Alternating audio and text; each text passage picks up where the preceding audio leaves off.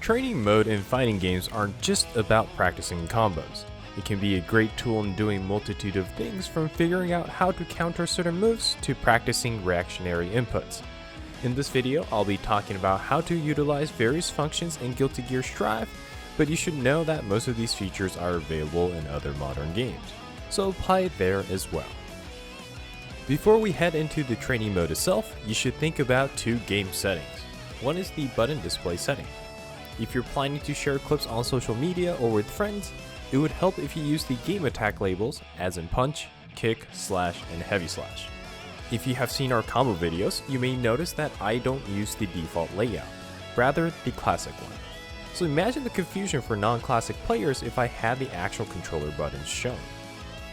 The second setting only applies to PC users who plan to also play on consoles. The input delay between console and PC seems to be around 3 to 4 frames. I haven't personally tested this myself, but this seems to be the information circulating around social media.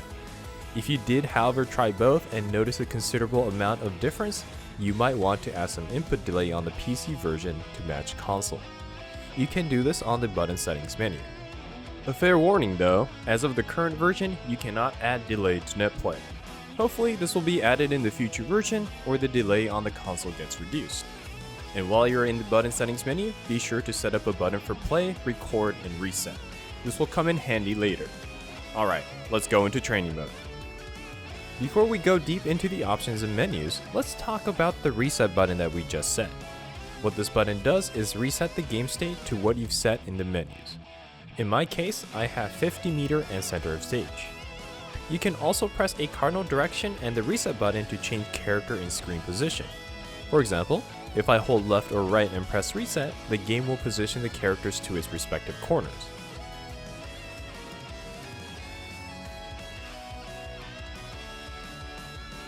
If I press down and reset, it will return to the center of the stage.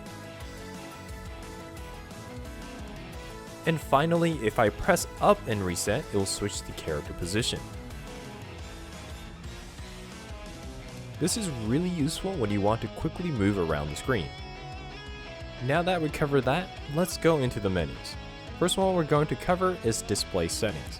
This is where we get to control the overlay and see things like character data and inputs. First one is virtual control display. This shows the virtual fight stick on parts of the screen. I generally turn it off because it covers a big portion of the screen and makes things a bit hard to see. But if you do want it, you can place it on different parts of the screen. The input history, in my opinion, is the more important option. This displays the history of inputs on the left and right sides of the screen, allowing you to check your execution. For example, if your half circle back forward overdrives are not coming out, you can check your input history and see where you are making errors. In this particular case, you can see that the back input is missing. The damage info shows how much each hit is doing, very useful when labbing for combos. The dummy info display shows the status of the training dummy. For example, if you have the training dummy controlled by the CPU, it will be labeled as so. The slot number underneath is related to the program response that you can set. We'll talk more on this later. Finally, gauge display. This removes the health and meter related items. Great for making flashy combo videos and machinima. This is the setting I use when recording the last combo in a video.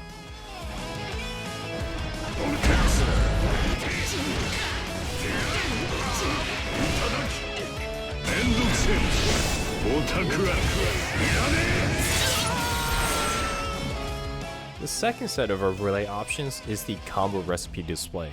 This shows the sequence of inputs in a string, which is great when showing someone else a general idea of what you're doing. It unfortunately does not show details such as direction of Roman council drifts or walking mid-string, so it does not capture the entire sequence.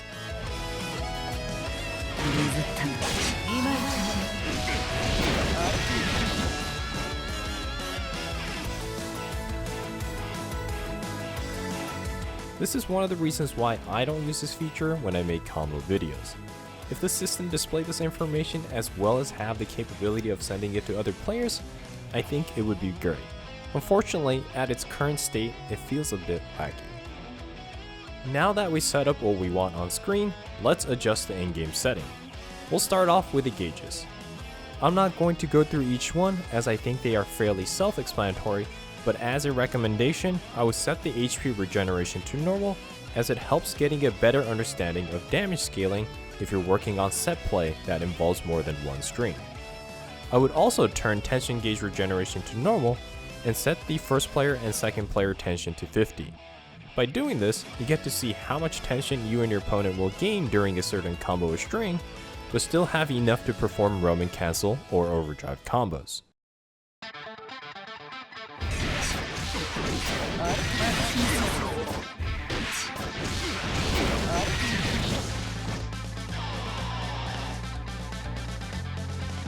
The character-specific settings allow you to set specific states to specific characters. For example, if you want Foss to throw out the meteor every time he does his item throw, you can select it here. These options remove the element of RNG and lets you practice certain scenarios without doing unnecessary setups.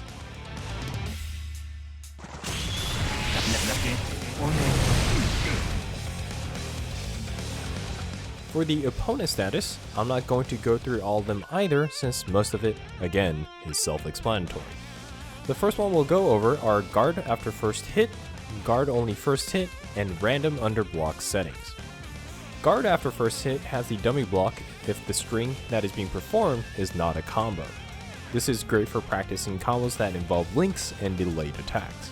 For example, Soul has a combo, close slash, delayed far slash, heavy slash into banded revolver.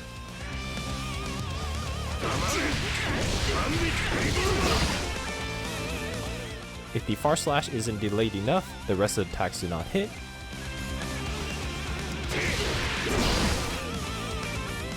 And if it's delayed too much, the opponent can block.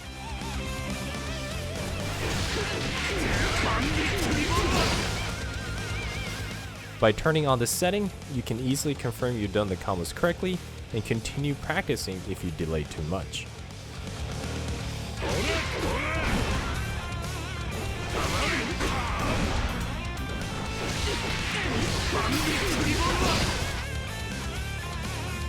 The second block setting we're going to look at is the guard only first hit. This will have the dummy block the initial string, but not the follow-up attacks. This is great for testing out whether or not strings are tight. For example, Soul's kick to forward punch is not interruptible, but kick to forward slash is. You can test this by turning on the setting and check if the dummy blocks the entire string.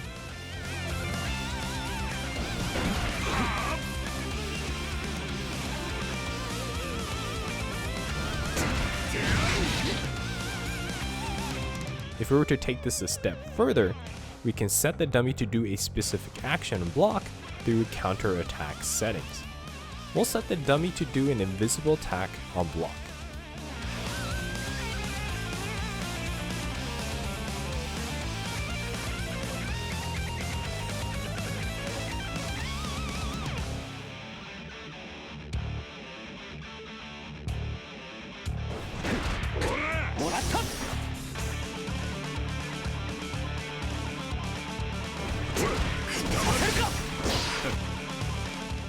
We can now see that the forward punch cannot be interrupted, but forward slash can. You can also practice frame traps by using non-invisible attacks on block. In this example, we'll set the dummy to do a fast normal on slot 2 and set the dummy to repeat it. We'll practice Soul's close slash to far slash frame trap. If the far slash is done too early, the dummy will block both hits.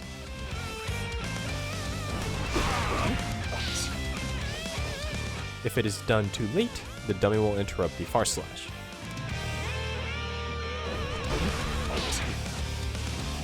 But if it is timed correctly, a counter hit will occur.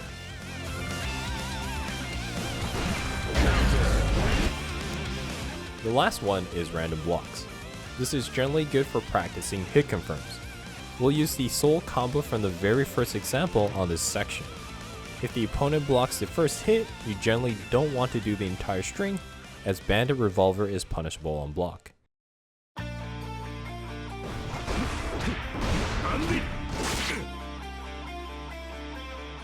So, the ideal situation is to stop the string at close or far slash if the opponent blocks, and finish the combo if the opponent gets hit. The reason for this is that Soul has frame advantage for both close and far slash if the opponent blocks. If you do not know what frame advantage is, it means that you get to act faster than the opponent after an attack is done. If you want more details, check out our frame data explanation video. Links will be in the cards and details. Now by turning random blocking on, you can train your reaction to do exactly this.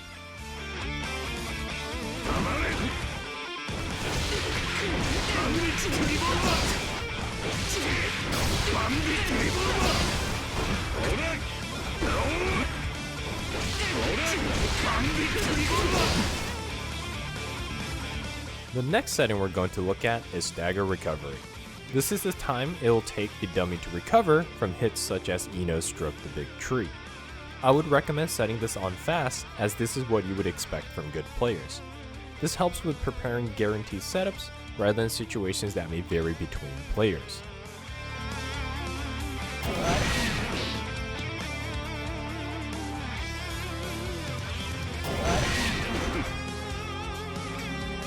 The last one we're going to explain is Auto Blue Sight Burst.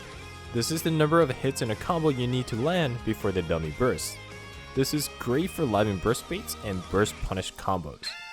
The only limiting factor is that the dummy will burst on the earliest points and you cannot control how delayed they are. So keep that in mind when labbing situations.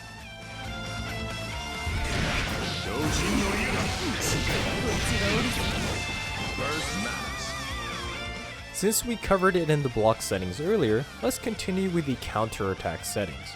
This section will program the dummy to do a certain action based on situation. We did one for blocking, so let's do some examples for recovery. This is the action the dummy will take when it recovers from a knockdown and is incredibly useful when practicing set play. We'll set Standing Punch for slot 1, an Invincible Reversal for slot 2, and Jump for slot 3. After setting these slots, you can choose which slot to use. We'll start off with slot 1 to test.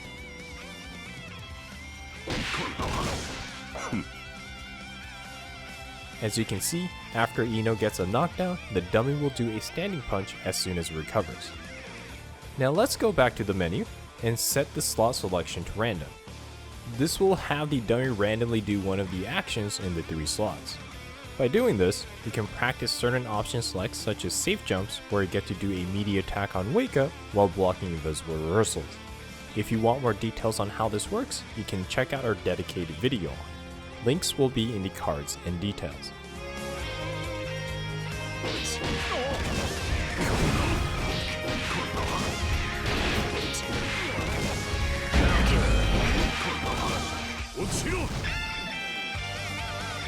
Lastly, we'll go over the record and replay function.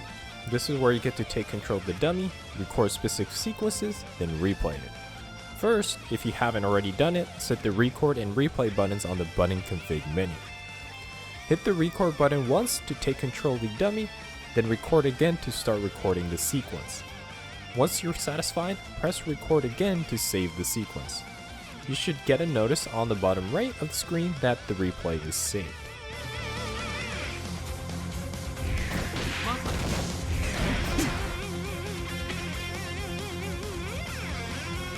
I just recorded a basic Ino knockdown situation where she will go for a high attack, then low after a knockdown.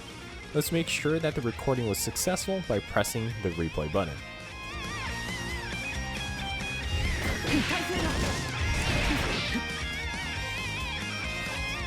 As a side note, if you're not happy with the recording, you can press the reset button during the recording to start over. Now that we've done that, let's go into the replay menu and change the slot to 2. We're going to do a similar string, but this time around, we're skipping the high and going for an empty low. This is the second basic Ino knockdown situation.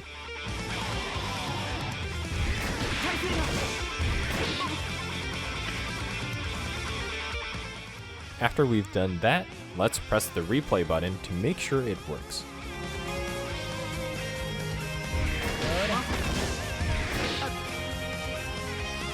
We can now use these 2 replays to practice fuzzy blocking against Ino mix-ups.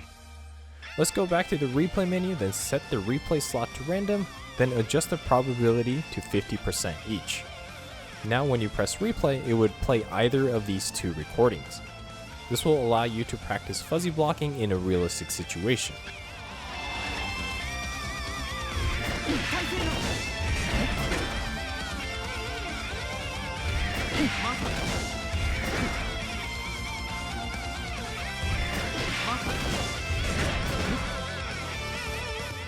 By the way, if you're not aware of what fuzzy blocking is, it's an option select that allows you to block both of these mix-ups without guessing. And you know what? We also have a dedicated video for this topic, so if you're interested, check out the cards and details for a link. As a side note, you can save all these slots as a set in case you want more space to record others.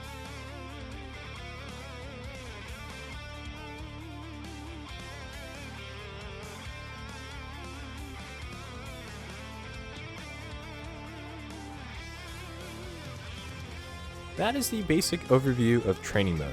If you have any cool tips or special usages that I missed, let me know in the comments below. And if you haven't already, you should check out the videos that I mentioned. It will give you a better understanding on how to practice them in training mode.